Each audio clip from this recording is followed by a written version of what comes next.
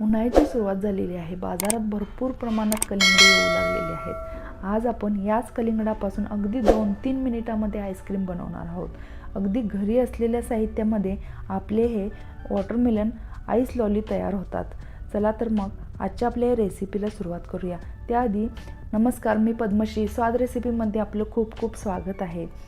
आज आपण कलिंगडापासून आईस लॉली बनवणार आहोत।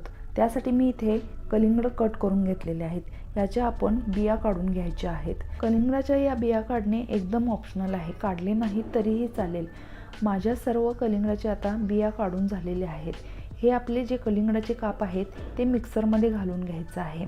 जर आपल्याकडे ज्युसर असेल तर त्यामध्ये घातले तरीही चालेल। यामध्ये आता आपण 2 चमचे साखर घालून घेणार आहोत, कारण आपल्याला थोडेसे याला गोड बनवायचे आहे। यासाठी मी ते 2-3 चमचे साखर घालून घेत आहे।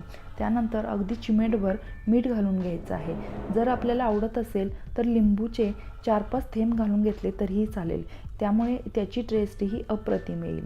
आता आपले हे मिक्सर करून झालेले आहे, म्हणजेच आपले हे कलिंगडाचे ज्यूस तयार झालेले आहे। या कलिंगडाच्या ज्यूसला मी आता थोडेसे गाळून घेत आहे। गाळणे हे एकदम ऑप्शनल आहे, गाळले नाही तरीही चालेल, पण मला एकदमच आईस लॉली बनवायची आहे। यासाठी मी हे कलिंगडाचे ज्यूस गाळून घेतलेले आहे। आपले आता ज्यूस गाळून झालेले आहे। पूर्ण व्यवस्थित यातला मी रस काढून घेतलेला आहे। आपले ज्यूस पूर्ण तयार झालेले आहे। याला आपण आता आईस्क्रीमच्या मोल्डमध्ये घालणार आहोत। जर अशा प्रकारचे आपल्याकडे मोल्ड नसेल तर आपण ग्लास किंवा वाटीमध्ये घातले तरी चालते। कलिंगड हे फळ उन्हाळ्यामध्ये जास्त येते, कारण यामध्ये पाण्याचे प्रमाण हे फार असते। त्यामुळे काय होते, आपल्याला डिहायड्रेशनचा जर त्रास होत असेल तर या कलिंगडाच्या सेवनाने आपल्या कमी होते। पाण्याचे प्रमाण जास्त असल्यामुळे आपण जास्तीत जास्त उन्हाचा त्रास होऊ नये यासाठी कलिंगडाचे सेवन करावे। उष्माघाताचा त्रास होतो, तसेच उष्णता वाढते, त्यामुळे आपण लहान मुलांनाही कलिंगड हे फळ खाण्यास जास्तीत जास्त द्यावे। आता आपले हे ज्यूस या मोल्डमध्ये घालून झालेले आहे। इथे मी बाजारामध्ये ज्या आईसच्या स्टिक्स मिळतात त्या घालत आहे। आईस्क्रीमच्या या स्टिक्स घातल्यानंतर याला आपण आता सेट होण्यासाठी 7-8 तास ठेवणार आहोत। जास्तीत जास्त जर आपण 10-12 तास ठेवले तर अप्रतिमच। माझे आता हे 7-8 तास झालेले आहेत। आपल्या वॉटरमेलन आईस लॉली तयार झालेले आहेत।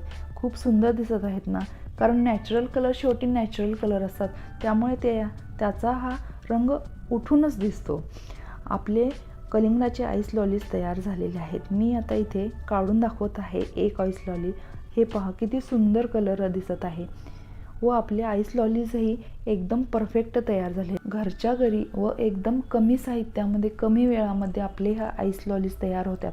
बाहेर जाऊन बाजारातून आईस्क्रीम आणण्याची गरज नाही पडत। माझा हा व्हिडिओ आवडला असेल तर या व्हिडिओला लाईक करा व स्वाद रेसिपी चॅनलला अजून सबस्क्राईब केले नसाल तर मला सपोर्ट करण्यासाठी स्वाद रेसिपी चॅनलला सबस्क्राईब करा, बेल आयकॉन क्लिक करा, जेणेकरून माझे जे नवीन व्हिडिओ अपलोड होतात ते तुमच्याकडून मिस होणार नाहीत। परत पुन्हा भेटूया अशाच नवीन रेसिपीसोबत। तोपर्यंत धन्यवाद।